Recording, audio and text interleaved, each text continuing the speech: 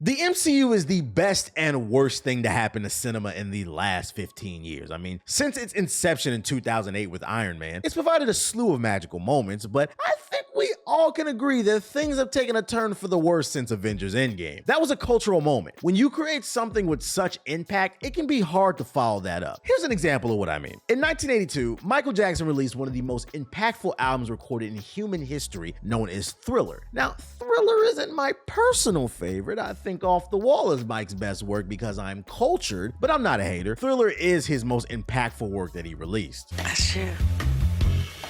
It's how I feel. But do you know which one of his siblings released their sophomore album 2 years later in 1984? Probably not. Let me help you out. It was Janet Jackson's album called Dream Street. Now, if you're a music historian, you might have known that, but on the balance of probability, I am willing to bet a paycheck that most of you were unaware of that fun fact. That's crazy to think, right? I mean, Janet comes from American royalty. She's a legend in 2023 and beyond. Hell, she helped me in my teenage years with her Super Bowl wardrobe malfunction, wink wink. But she was not a legend back in 1984, and Dream Street was a pretty mid album. Don't believe me? Go listen to it. It's on streaming platforms. She did not come into her own until 2 years later in 1986 when she released her classic third album called Control. Control was Janet basically telling the world, I'm here to stay.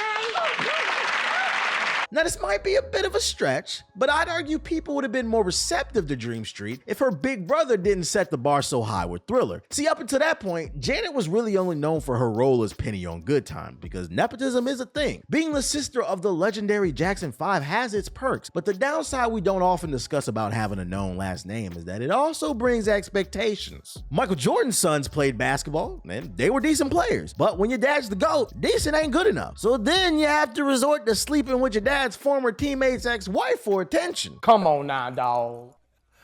Come on, man. Jokes aside, the whole point of this tangent is, when you stand next to greatness, you better be great yourself because greatness casts a shadow whether you like it or not. And if we take a look at Marvel's recent releases since Endgame, it's easy to see that the entire Infinity Saga is casting a shadow. And you want to know the worst thing about this all is that it goes back to my original statement. The MCU is the best and worst thing to happen to cinema in the last 15 years. While Marvel continued to pump out W after W during the Infinity Saga, Hollywood began to chase the MCU formula, the same way every studio began chasing the Call of Duty formula when the original Modern Warfare dropped. And I'm still upset about the way Dead Space 3 turned out because of it. Sometimes extreme success stifles creativity. In this case, I don't think folks noticed it until it was too late. Now that the MCU is on the decline, people find themselves seeking something different, and that content is just lacking. That's part of the reason why Everything Everywhere All at Once was so well received. It was creative and it was refreshing. Everything does not need to be a Hollywood blockbuster or an Oscar bait drama. There's still room for stupid films like Dude, Where's My Car? And hopefully we see more. Cocaine Bear is stupid and that's okay. I like Cocaine Bear because Cocaine Bear knows exactly what it is and it's not trying to be anything other than Cocaine Bear. Cocaine Bear does not feel like a film that was given an early screening to test groups because the end game was to appeal to as many people as possible. Cocaine Bear felt like a film made by a group of college buddies on a tight budget who were high one night and they said to themselves,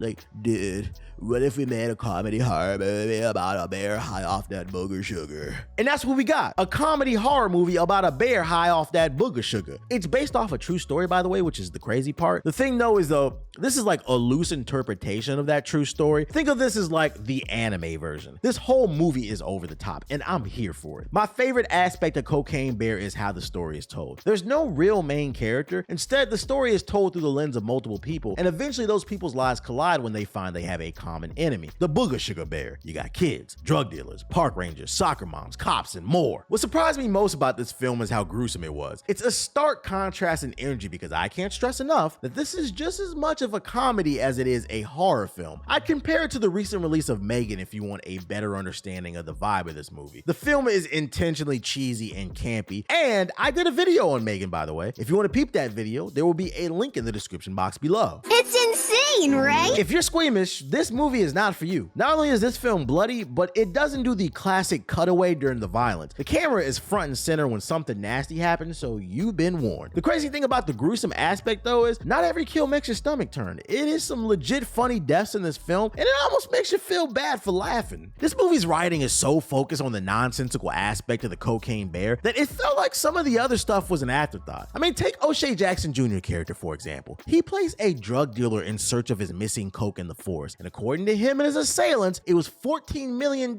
worth of coke that was dropped off in that forest. That's a lot of money. I mean, keep in mind, this film takes place in 1985, and I used an inflation calculator to adjust $14 million in today's money, and $14 million in 1985 equals almost $40 million in 2023. Now, I crunched the numbers because this man's character gets attacked at the top of the film by some teenagers, and he doesn't even have a gun to defend himself. Eventually, he gets one, but I refuse to believe any drug dealer is moving around unstrapped that has $40 million missing. Then again, this is a movie about a cocaine bear, so I guess I just gotta turn my brain off. Can I just say kudos to Scott Seiss? I think that's how you pronounce your last name. If I did, I apologize for butchering it. I knew this dude from his angry retail TikToks. Funny content, but rarely does these social media stuff translate to the next level. I'm not sure if this is his first major film, but if it is, I thought he did a great job, so allow me to give him his flowers. My only real complaint for this movie is I thought it was a little slow at the beginning, but then I understand why they did it once you get to the end. Not to mention, once the action starts, it stays there. I enjoyed my one time watching this, but that's exactly how many times I would watch this, once. If I collected Blu-rays, I don't think I'd spend money on this film. It's kind of a one and done. I'd be shocked if anybody wanted a collector's edition of Cocaine Bear, unless it came with a big ass like statue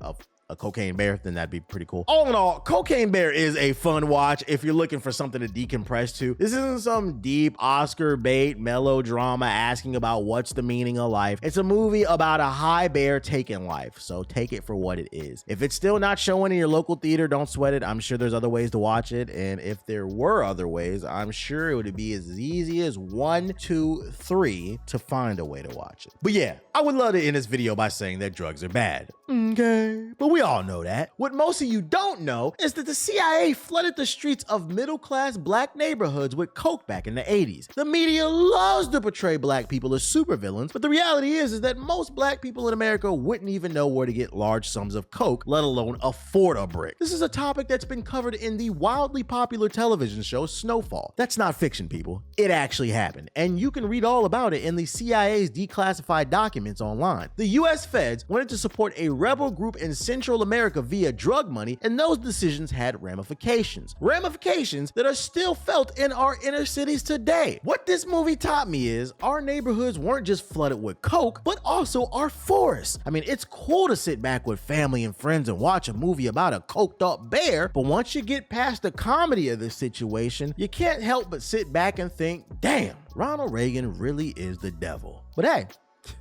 I'm just saying.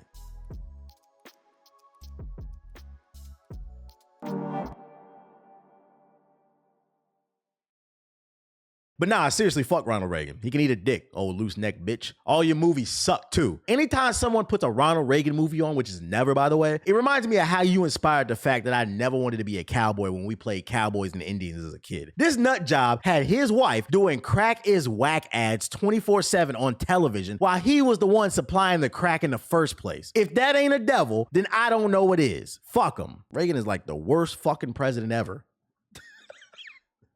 Fucking dickhead.